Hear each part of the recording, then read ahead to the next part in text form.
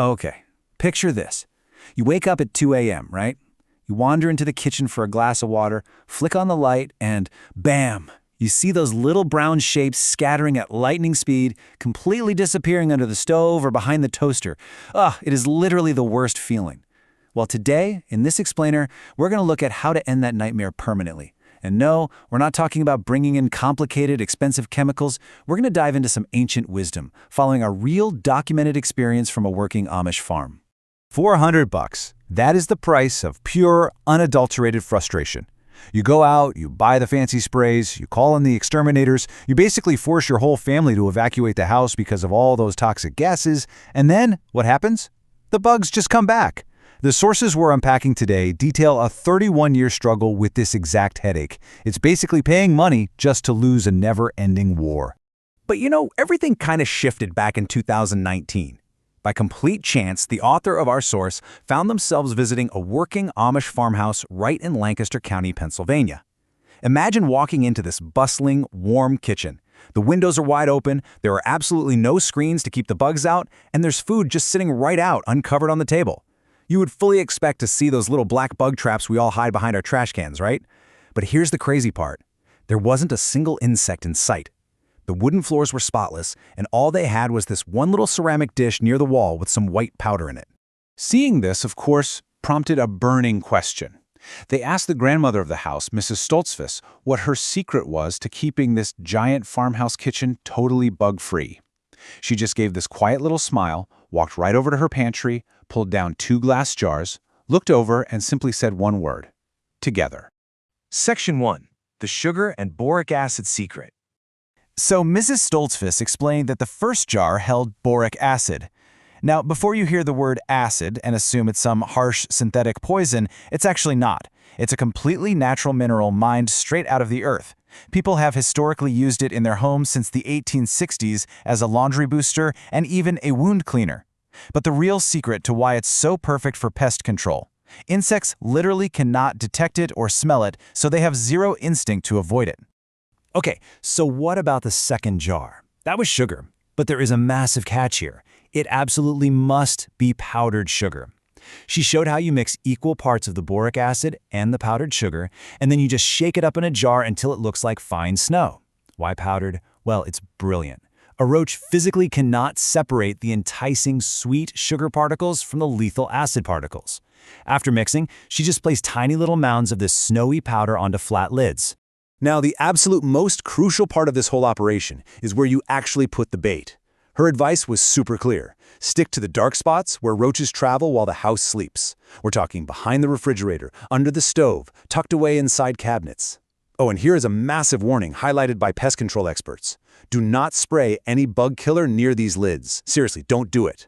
The roach actually needs to eat the bait and walk away alive so it can carry it back to its nest. If you kill it on the spot with a spray, you've just saved the rest of the colony. Section 2. How the colony collapses inside. So how does this farmhouse magic actually do its thing? Well, a really fascinating scientific bulletin from the USDA way back in 1908 breaks it down. Boric acid is intentionally slow. The roach eats the mixture, and it takes about 72 hours for internal dehydration to set in. That delay is exactly what you want. It gives the insect plenty of time to waddle back to its nest. Once it's there, other roaches end up grooming it and feeding on it, which spreads the compound through the colony like wildfire. A single one of those little bait stations can unknowingly wipe out up to 2,000 insects. And hey, this Amish wisdom isn't just a bunch of nice folklore. An actual field study done by Auburn University in 2013 proved that this exact method causes a massive 94% reduction in German cockroach populations in just 14 days. And the wildest part, all of this is done using a powder that costs like $4. But what if you're dealing with ants? Good news, the exact same principle works. You just tweak the recipe a little bit. Mix 3 parts powdered sugar to 1 part boric acid, and then add a splash of warm water to make this thick, sweet syrup. Drop a little bit of that on some waxed paper right along their ant trails. The worker ants will gobble up this toxic syrup, carry it straight back to the queen, and boom, the entire colony collapses in a matter of days. Cornell University even called this the single most cost-effective ant control method out there.